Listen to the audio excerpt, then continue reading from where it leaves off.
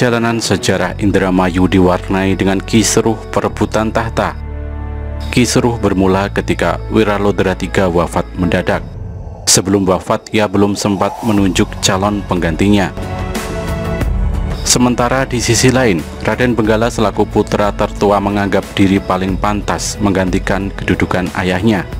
Begitupun juga dengan Raden Benggali, merasa lebih berhak atas tahta dibandingkan kakaknya. Pertentangan kedua saudara kembar itu berlangsung berlarut-larut, masing-masing memiliki pengikut setianya sendiri-sendiri, sehingga pemerintahan di Kadipaten Indramayu terpecah menjadi dua kubu, masing-masing bersikuku dengan ego dan nafsunya sendiri-sendiri. Sementara di sisi lain, Kesultanan Mataram yang berkedudukan sebagai pemerintah pusat sedang diguncang pemberontakan. Suasana semacam itu akhirnya dimanfaatkan VOC Belanda untuk merebut Indramayu dari kekuasaan Mataram.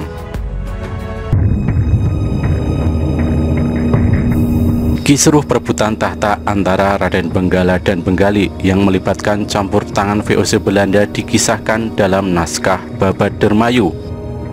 Peristiwa terjadi selepas Raden Sawardi yang bergelar Wiralodra III wafat mendadak.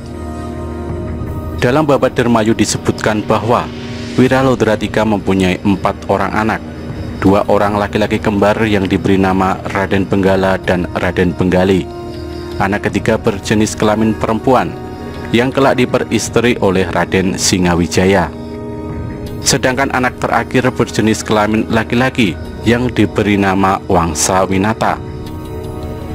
Ketika Wiralodra III meninggal dunia, ia belum sempat mewasiatkan siapa yang kelak menduduki jabatan Adipati Indramayu, sehingga para pembesar di Indramayu merencanakan pengangkatan Raden Benggala sebagai adipati selanjutnya.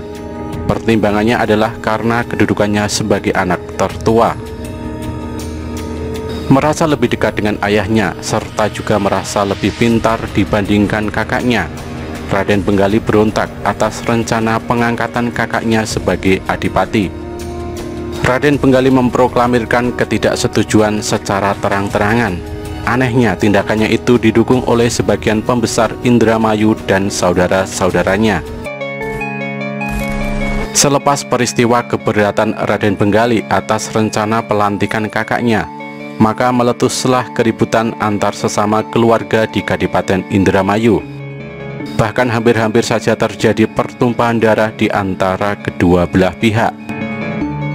Akhirnya demi terciptanya kedamaian di Indramayu, para punggawa dan pembesar Kadipaten Indramayu sepakat menunda pelantikan Raden Benggala. Pada masa ini selama 5 bulan Indramayu tidak memiliki adipati.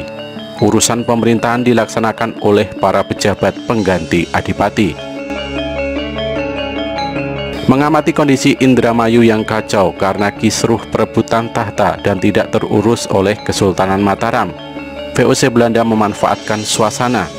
Mereka mengirimkan seorang komandan satuan militer bernama Van de Bos untuk menawarkan persahabatan dan penyelesaian masalah. VOC Belanda mengusulkan bahwa untuk menghindari perpecahan di Indramayu, maka baik Raden Benggala maupun Benggali berhak menduduki tahta. VOC mengusulkan agar Raden Benggala tetap dilantik sebagai Adipati Indramayu selama 3 tahun. Adapun untuk 3 tahun selanjutnya dijabat oleh Raden Benggali. Usulan VOC yang semacam itu akhirnya diterima oleh kedua belah pihak. Mereka menganggap VOC memberi solusi yang adil, sehingga dengan solusi semacam itu Kadipaten Indramayu terbebas dari perang saudara. Kala itu para pejabat di Indramayu tidak menyadari bahwa di balik usulan VOC yang sepertinya baik itu tersimpan niat yang busuk. Selepas disahkannya kesepakatan di antara kedua belah pihak, Raden Benggala dilantik menjadi Adipati Indramayu dengan gelar Wiralodra IV. Sementara Raden Benggali dibawa oleh VOC Belanda ke Batavia. Ia dijadikan sebagai tamu kehormatan oleh Belanda.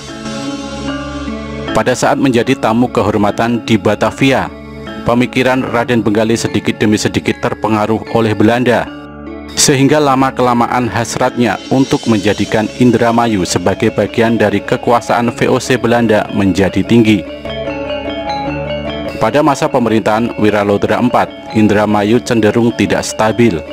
Para punggawa dan pembesar Indramayu terkotak-kotak. Ada yang mendukung Raden Benggala, ada pula yang mendukung Raden Benggali. Sementara Raden Benggala selalu was-was dalam memerintah karena merasa mengemban jabatan yang sementara. Dengan kondisi yang seperti itu, Raden Benggala banyak menghabiskan masa pemerintahannya dengan banyak memperdalam ajaran agama. Setelah 3 tahun tibalah waktunya pergantian kekuasaan.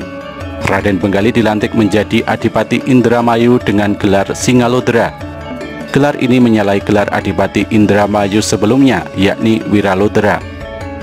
Meskipun gelar baru tersebut diambil dari nama ayah Wiralodra I, yakni Arya Wiralodra. Setelah pengangkatan Raden Benggali sebagai Adipati Indramayu yang baru, Raden Benggala lebih memilih bertolak ke Cirebon bersama anaknya, yakni Raden Kertawijaya, untuk berbakti kepada Sultan Cirebon. Oleh Sultan Cirebon, Raden Benggala diberi jabatan sebagai guru agama bagi para pangeran di Kesultanan Cirebon. Sementara anaknya dijadikan sebagai penguasa di Panjunan. Pada masa pemerintahan Raden Benggali, Indramayu secara politik betul-betul dikendalikan oleh Belanda. Segala kebijakan pemerintahan menurut ide maupun saran Belanda. Namun pemerintahan Raden Benggali tidak bertahan lama, sebab baru saja memerintah selama 3 bulan ia diterjang penyakit misterius sehingga menyebabkannya wafat. Selepas kematian Raden Benggali, yang menggantikan kedudukannya sebagai Adipati Indramayu adalah Raden Semaun, anak laki-laki tertuanya. Raden Semaun dilantik menjadi Adipati Indramayu atas rekomendasi Belanda. Adapun gelar yang disandangnya adalah Wiralodra V. Dalam urusan gelar, Raden Semaun bertolak belakang dengan pendapat ayahnya yang memilih gelar Singalodra. Karena pada masa pemerintahan Wiralodra V, Indramayu sudah dikendalikan oleh Belanda, rakyat mulai muak pada adipatinya. Mereka menganggap pemimpin mereka lemah dan tidak lebih dari boneka dan kaki tangan Belanda. Sementara di sisi lain, berbarengan dengan masa pemerintahan Wiralodra V, di wilayah Cirebon meletus pemberontakan yang dimotori oleh Bagus Rangin, seorang pejuang kenamaan asal Bantarjati, Majalengka, yang menentang para penguasa yang menjadi kaki tangan Belanda. Perjuangan Bagus Rangin mendapat dukungan dari rakyat Indramayu. Oleh karena itu mereka berniat merampas Kadipaten Indramayu dari tangan Wiralodra V. Bagus Rangin memiliki ribuan pejuang yang tangguh. Di antara para pemimpin pasukan yang terkenal adalah Bagus Kandar, Bagus Surapersada, Bagus Leja, Bagus Sena, Bagus Serit, dan lain sebagainya. Rencana penaklukan Indramayu di bawah komando Bagus Rangin disusun dengan matang. Namun rencana penyerangan dibocorkan oleh seorang wanita bernama Nyai Jaya. Nyai Jaya melaporkan rencana Bagus Rangin kepada Wiralodra V, sehingga Wiralodra V mengutus Patih Astanaya untuk memadamkan pemberontakan dengan membawa ribuan bala tentara Indramayu menuju Bantarjati. Akan tetapi upaya penumpasan ternyata gagal. Patih Astanaya dan sebagian besar prajurit Indramayu justru dapat mudah dibantai oleh para pemberontak. Kekalahan Indramayu membuat Wiralodra V terpukul. Sementara bagi pemberontak, kemenangan tersebut dianggap sebagai jalan pembuka menuju penaklukan Indramayu. Oleh karena itu, para pemberontak bergerak menuju pendopo Indramayu untuk merebut pusat pemerintahan.